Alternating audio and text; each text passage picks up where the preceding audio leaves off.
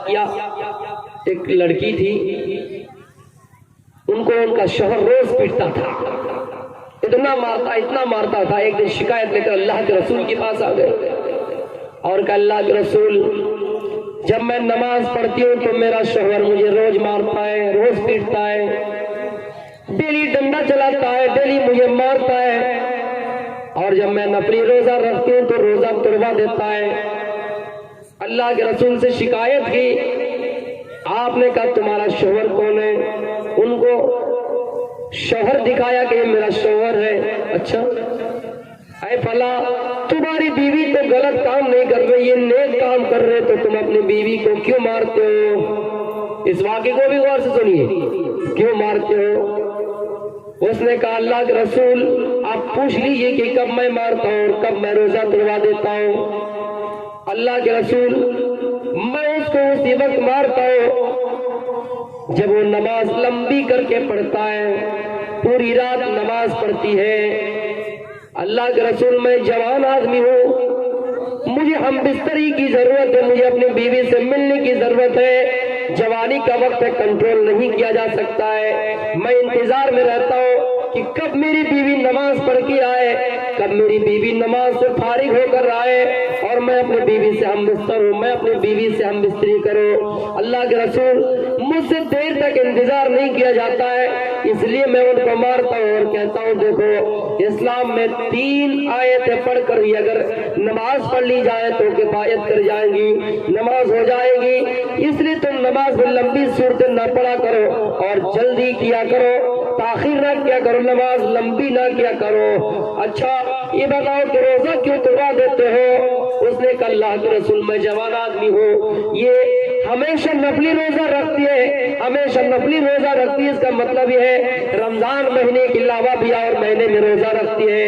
میں جوان آدمی ہوں، میں کہیں سے آتا ہوں اپنی بیوی سے کہتا ہوں او میری بیوی تمہیں اس وقت میری ضرورت ہے، میرے پاس آؤ، تو میری بیوی کا وہی جواب آتا ہے کہ میں ابھی انی صائم، روزے سے ہوں۔ جب یہ کہتی ہے کہ میں روزے سے ہوں، مجھ سے برداشت نہیں کیا جاتا ہے تو میں ان کو پیٹتا ہوں، مارتا ہوں، روزہ توڑوا دیتا ہوں۔ اللہ کے رسول نے کہا کہ تم نے بالکل صحیح کیا ہے، بالکل صحیح کیا ہے، مار کر توڑوا کر صحیح کیا ہے بھائی، جو جائز طریقے وہ نہ اپنی۔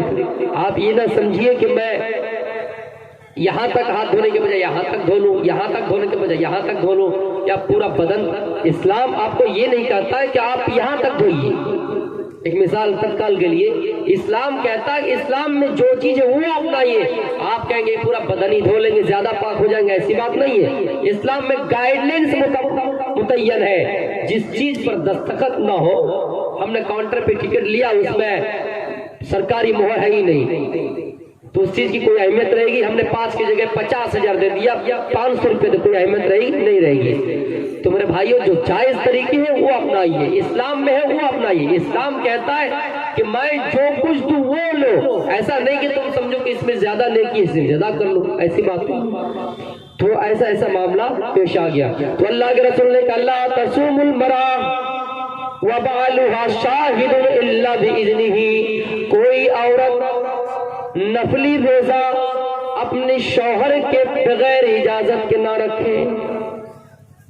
دیکھیے شوہروں کی اطاعت کے لیے میاں بیوی کا رشتہ ہم اور آپ سوچ رہے کہ تھوڑا ہے، نہیں، بہت لمبا رشتہ ہوتا ہے۔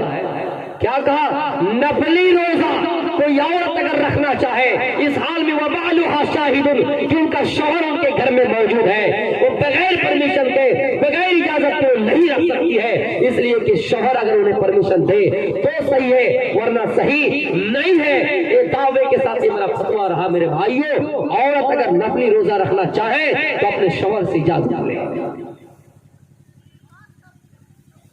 نیک عمل ہم اور آپ کے سوچتے اس میں نیکی، اس میں نیکی، اس میں نیکی، لیکن نہیں، اسلام میں حقوق بتلائے گئے۔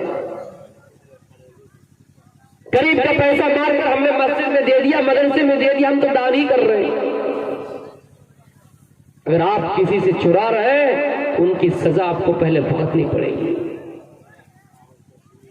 شراب کا نام دوا رکھ کر استعمال کیجئے، وہ دوا نہیں بن جاتی، وہ حلال نہیں ہو جاتی، وہ حرام ہی رہے گی۔